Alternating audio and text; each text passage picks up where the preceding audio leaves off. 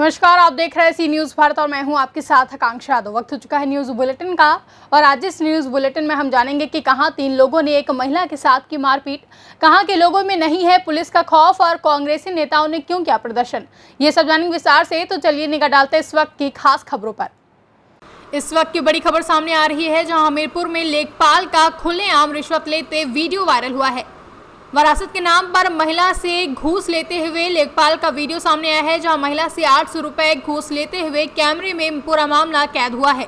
घूसखोर लेखपाल राम सजीवन मौधा तहसील में तैनात है, जहां घूसखोर लेखपाल का वीडियो वायरल हुआ है।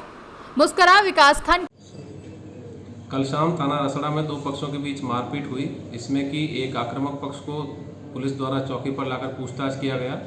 इसमें आक्रामक पक्ष ने पुलिस पर मारपीट का आरोप लगाते हुए रास्ता जाम किया। मौके पर अधिकारियों ने जाकर रास्ता खुलवाया और इसमें 2 मुकदमे दर्ज किए गए हैं प्रकरण में, एक रास्ता जाम करने का और दूसरा वादी द्वारा आक्रामक पक्ष के विरुद्ध मारपीट का मुकदमा दर्ज करवाया गया है। पुलिस के खिलाफ जो शिकायत आई है उसमें पुलिस की जाँच की जा रही है और जाँच पूर्ण होने तक चौकी प्रभारी को अन्यत्र स्थानांतरित कर दिया गया है। बुलंदशहर के छतारी थाना क्षेत्र के गांव लुधापुरा में रास्ते को लेकर 2 पक्ष आपस में भिड़े। देखते देखते विवाद बढ़ गया और दोनों पक्ष आमने सामने आ गए। एक परिवार के घर के सामने बने चबूतरे को गिराकर नाली सीधा करने को लेकर ये कहासुनी हुई थी, जिसको लेकर बड़ा विवाद। दूसरे पक्ष के लोगों ने बोला जानलेवा हमला, जहाँ एक व्यक्ति की टांग भी तोड़ दी, महिला को घायल कर दिया, जहाँ थाना पुलिस के सामने ही दबंग पीड़ित को धमकी दे रहे थे। बुलंदशहर से कैमरा पर्सन प्रेमपाल के साथ संवाददाता नितिन सिंह लोधी की रिपोर्ट। खबर इंदौर से है, जहां पर कांग्रेसी नेताओं ने मालवीय पेट्रोल पंप पर प्रदर्शन किया। महंगाई को लेकर कई कांग्रेसियों ने पेट्रोल पंप पर प्रदर्शन किया है। वहीं कांग्रेस के सत्यनारायण पटेल के नेतृत्व में ये कार्य किया गया है। इसमें जीडीपी गिरी है। अगर जीडीपी बढ़ी है तो भारतीय जनता पार्टी के नेता और भारतीय जनता पार्टी के कार्यकर्ता की और भारतीय जनता पार्टी की बढ़ी है और देश की जीडीपी गिरी। और जीडीपी का पूरा मतलब गैस, डीजल और पेट्रोल तीनों बढ़े हैं। तो ये एक चिंता का विषय। अच्छे दिन तो नहीं आए। अच्छे दिन अगर आए हैं तो नरेंद्र मोदी की पार्टी के आए हैं, नरेंद्र मोदी के खुद के आए हैं, नरेंद्र मोदी के कार्यकर्ता के आए हैं। और देश को ने हमेशा उनके मन की बात सुनी है। हमें प्रार्थना करते हैं ईश्वर से, भगवान से, उनको सद्बुद्धि दे कि अब जनता के मन की बात सुनकर फैसला करें। ये हम उम्मीद करते हैं। पेट्रोल का भाव बढ़ रहा, डीजल का भाव बढ़ रहा, रसोई गैस का भाव बढ़ रहा, देश में अराजकता है, देश में आम आदमी जीडीपी गिरने से लोगों की नौकरी गई है, लोग परेशान हैं। मोदी जी मन की बात कह रहे हैं, मन की बात सुनकर देश हित में फैसला ले, जनहित में फैसला ले, जनता के हित में फैसला ले। आपका नाम सर? आज यहाँ हमने वार्ड नंबर 36 के समस्त कांग्रेस कार्यकर्ताओं के द्वारा हमारे को ऊपर से आदेश मिला था। कांग्रेस पार्टी के हमारे शहर अध्यक्ष विनय बाकलीवाल जी और कमलनाथ जी जो है पूर्व सीएम हमारे सत्यनारायण पटेल जी, उनके निर्देश अनुसार हमने यहाँ मालवीय पेट्रोल पंप पर आज समस्त कांग्रेस कार्यकर्ताओं में मूल्य वृद्धि को जो डीजल पेट्रोल के दाम बढ़ाए गए उसको कम करने के विरोध में और जो भी ये महंगाई बढ़ रही है उसके कम करने के विरोध में यहाँ पर हम लोगों ने ये आज सब कार्यकर्ताओं ने साथ में मिलकर कार्यक्रम रखा था। और आज क्या था, सब शांति से बिल्कुल कोविड का पालन करते हुए हम सब लोगों ने सभी कोविड का पालन किया गया। और यहाँ के प्रशासन ने भी हमारे को अच्छा सहयोग करा और हमें किसी बात की कोई तकलीफ नहीं, सब शांति से हमारा कार्यक्रम हो गया। और हमारे राहुल गोलानी जी बोलेंगे। मेरा नाम धर्मेंद्र राय, प्रदेश सचिव। इंदौर से कैमरा पर्सन पूजा हिरवे के साथ संतोष मालवीय की रिपोर्ट। जौनपुर में महिला शिक्षा मित्र माया देवी की कोरोना से संक्रमित होने के बाद वाराणसी में इलाज के दौरान मौत हो गई, जहां माया देवी पंचायत चुनाव के बाद कोरोना से संक्रमित हो गई थी और उनका वाराणसी में उपचार चल रहा था। केराकत विकासखंड के बेहड़ा गांव निवासी महिला शिक्षा मित्र माया देवी पंचायत चुनाव कराकर घर वापस आने के बाद कोरोना से ग्रसित हो गई थी। तबियत बिगड़ने के बाद परिजन उन्हें वाराणसी में भर्ती कराकर उपचार करा रहे थे, जहाँ लगभग 1 महीने बाद जिंदगी से माया देवी जंग हार गई और क्रूर काल के गाल में समा गई। क्या हुआ था? मेरी मम्मी माया देवी ग्राम पंचायत चुनाव के दौरान कोरोना संक्रमित हो गई थी, जिसके चलते कुछ दिन हम घर पर उनका इलाज कराए। इलाज ठीक न होने पर हम उनको बनारस के निजी अस्पताल में 20-25 दिन दवा कराए। फिर वहाँ से रेफ़र करके उन्होंने सर सुंदरलाल बेचू में रेफ़र कर दिया गया, जहाँ इलाज के दौरान उनकी मौत हो गई। जौनपुर से सी न्यूज संवाददाता प्रवीण कुमार की रिपोर्ट। झांसी जिले में समाज सेवा में हमेशा तत्पर रहने वाले रोटरी क्लब ने आज कोरोना मुक्त स्वस्थ भारत निर्माण की परिकल्पना को साकार करने के लिए अहम कदम उठाए हैं, जहां क्लब ने झांसी के 3 निजी अस्पतालों को आपात स्थिति से निपटने के लिए 6 ऑक्सीजन कंसंट्रेटर भेंट किए हैं। आज rotary club Jhansi Rani, rotary club Jhansi, rotary club of Jhansi city और rotary club of Jhansi court के तत्वाधान में स्वस्थ झांसी कोविड मुक्त झांसी कार्यक्रम रोटरी क्लब के डिस्ट्रिक्ट गवर्नर डीसी शुक्ला के मुख्य अतिथि एवं झांसी नगर के महापौर राम तीरथ सिंगल की अध्यक्षता में आयोजित किया गया। में जो यहाँ के प्रतिष्ठित डॉक्टर हैं, डॉक्टर DN मिश्रा जी को सौंपे गए हैं। भविष्य की तैयारियों के संदर्भ में कोरोना के आगे कोई जो समस्याएं आने की संभावनाएं हैं, तो उसमें रोगियों की कुछ सहयोग हो सके, सेवा हो सके, उस दृष्टि से रोटरी क्लब झांसी के चारों चैप्टर्स के द्वारा, संस्थाओं के द्वारा मेरे माध्यम से ये ऑक्सीजन कंसंट्रेटर्स निर्मल हॉस्पिटल को उपलब्ध कराए गए। मैडम, आज ये रोटरी क्लब की ओर से क्या इनिशिएटिव लिया गया? आज हम 4 शाखाएं हैं झांसी में। Rotary club Jhansi Rani, rotary club fort, rotary club Jhansi city और रोटरी क्लब, इन चारों ने एक साथ मिलके झांसी के 3 हॉस्पिटल्स को चुना, जिसमें से आज जहां पर हम खड़े हुए हैं ये निर्मल हॉस्पिटल है।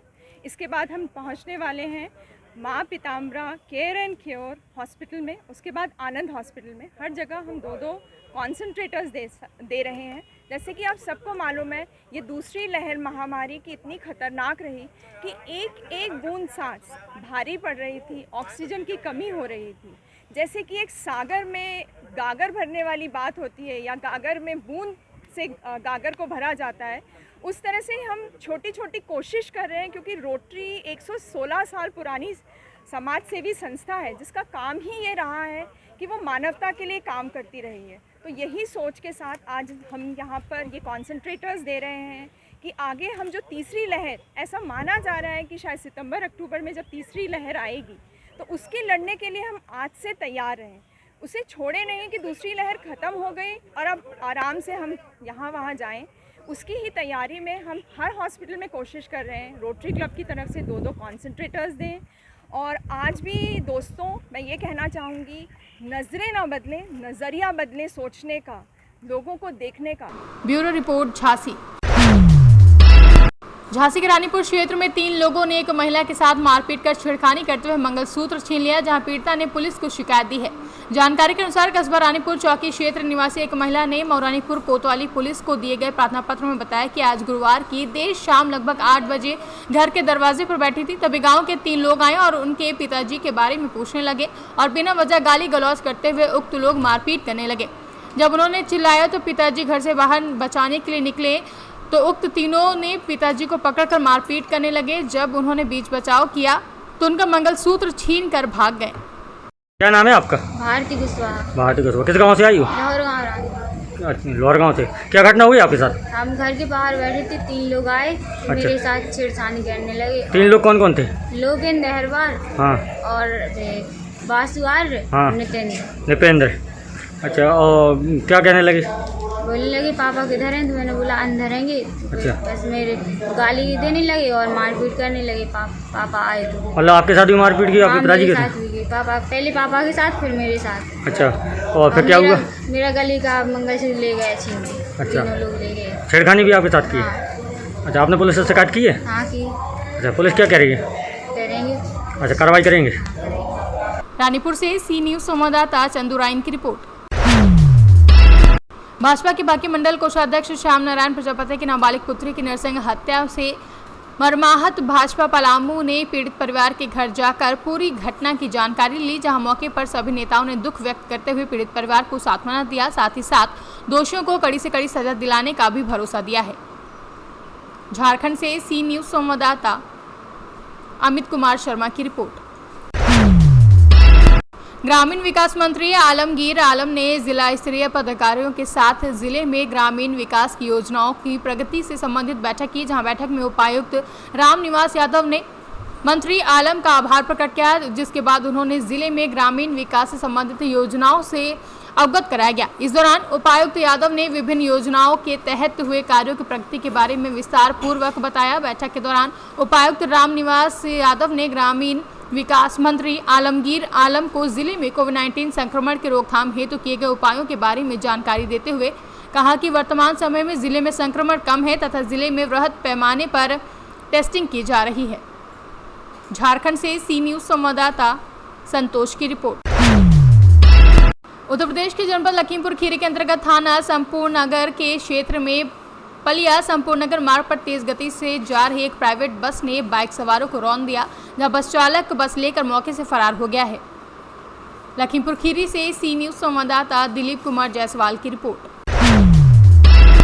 जनपद महाराजगंज के फुलमनहा बाजार के मामी चौराहे पर स्थित चौधरी फ्यूल स्टेशन पर 7 जून को रात 8 बजे के करीब कुछ असामाजिक तत्वों ने पेट्रोल पंप पर कार्यरत कर्मचारियों से पहले मारपीट की, उसके बाद लूटपाट करके भाग गए थे। घटना की जानकारी मिलते ही पेट्रोल पंप के मालिक कमरुद्दीन राइन ने नामजद तहरीर ब्रजमनगंज थाने पर दी थी, जहां उचित कार्रवाई की मांग की गई थी, लेकिन जब थाने से कोई कार्रवाई नहीं होता पाया गया तो एसोसिएशन को घटना की जानकारी दी गई, जहां इस मामले में पेट्रोलियम ट्रेडर्स एसोसिएशन जिला महाराजगंज के अध्यक्ष मोहम्मद सैफुल्लाह ने एक ज्ञापन आज पुलिस अधीक्षक प्रदीप गुप्ता महाराजगंज को 11 बजे दिया है और उचित कार्रवाई की मांग की है। उद्योग व्यापार मंडल अध्यक्ष हूँ ब्रजमनगंज का। चौधरी फील्ड पे हुई घटना के संबंध में आपकी क्या राय? जो भी कुल्लू बाई के बाद जो भी घटना हुई है सब सार है।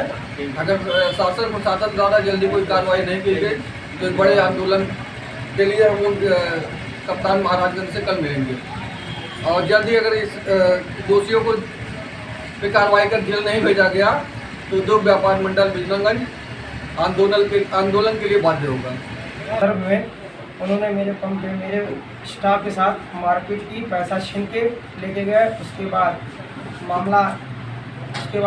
पुलिस द्वारा मैंने पुलिस को तहरीर दिया। तहरीर में उन्होंने कहा कि मैं मुकदमा मैं लिख दूंगा। इसने कहा कमलेश प्रताप सिंह थाना इंचार्ज भिजो में। उसके बाद मैं दोबारा उनसे फ़ोन किया तो उन्होंने कहा कि ठीक है मैं मुकदमा लिख रहा हूँ। उनके मुकदमा ना लिखने के कारण मैंने अपने प्रदेश स्तर के अपने एसोसिएशन के अध्यक्ष जी को और महाराज जिला अध्यक्ष को हमने अवगत कराया। अवगत कराने के बाद वो हमारे पंप पे आए और उन्होंने एसपी साहब को जो है एक बार जो है एक तहरीर दिया। उसके बाद आगे की कार्रवाई जो है अब उनके एसपी साहब के निर्देश पे जो भी होगा उस पर सर्वमान्य होगा। मैं यही चाहता हूँ कि इसमें उचित न्याय मिले, दोषियों को सज़ा मिले, ताकि हम लोग खुले में पब्लिक की सेवा कर रहे हैं, जनता की सेवा कर रहे हैं। हमारी सुरक्षा के लिए उन्होंने क्या कदम उठाने का प्रयास जारी किया है। आप जाइए, उनसे बातचीत कीजिए, पुलिस अधीक्षक महोदय से मिलिए, उनको भी अपनी बात बताइए और जो संभव हो सके कीजिए और हमको रिपोर्ट कीजिए। घटना के संबंध में मतलब क्या तहरीर देने के बाद क्या कार्रवाई हुई? घटना ये जो डीलर हैं महोदय, ये कमरुद्दीन साहब, इन्होंने तहरीर दिया, नामजद तहरीर दिया, फुटेज के साथ दिया। थाना प्रभारी महोदय ब्रजमनगंज को श्री कमलेश जी उनको दिया, कमलेश सिंह जी हैं उनको दिया और उन्होंने उस समय बहुत अच्छा आश्वासन दिया। ये लोग बहुत ही खुश हो गया है कि साहब जो है कुछ अच्छा करेंगे। अब किन कारणों से सारी बाजी पलट गई ये नहीं पता। अब क्या कह रहे हैं? दूसरे दिन उन्होंने बुलाया, जो नामजद अभियुक्त थे उनको बुलाया, अपने साथ बिठाया, चाय वाय पिलाई, ससम्मान वापस कर दिया। अब आपकी क्या रणनीति है? देखिए, हम लोगों ने अपनी बात एसपी से कहा। हम लोगों ने आज कहा, आज 11:05 पे एसपी महोदय से बात हुई। हमने अपनी बात एसपी से कही। आपके चैनल के माध्यम से ये बात मैं आदरणीय कमलेश सिंह को भी पहुंचाना चाहता हूं। महाराजगंज से सी न्यूज संवाददाता इरफान अहमद की रिपोर्ट। फिलहाल के लिए न्यूज बुलेटिन में बस इतना ही। देश और दुनिया की तमाम बड़ी खबरों के लिए देखते रहें सी न्यूज भारत।